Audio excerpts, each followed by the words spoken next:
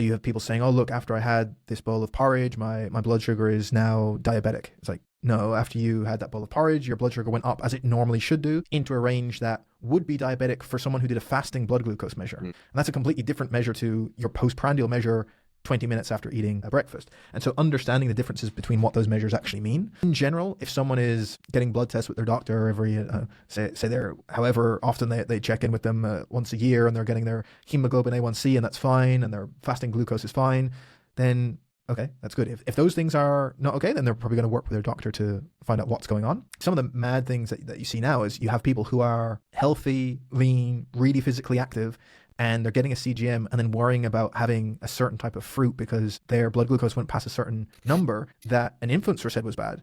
And that's so far away from what is a normal glucose response that we can have these spikes in glucose. And the problem, as long as it comes back down within a certain period of time, and we have to look at what those number of hours is and what that point returns to. But again, if you have a large bolus of carbohydrate and your blood sugar goes up quite a bit, that's probably normal. If you're metabolically healthy, then insulin goes up, it brings that blood glucose back down, and a couple of hours later you're back to normal and all is good. You don't need to worry about that your blood glucose spiked. And I think there's very little to suggest that's potentially an issue.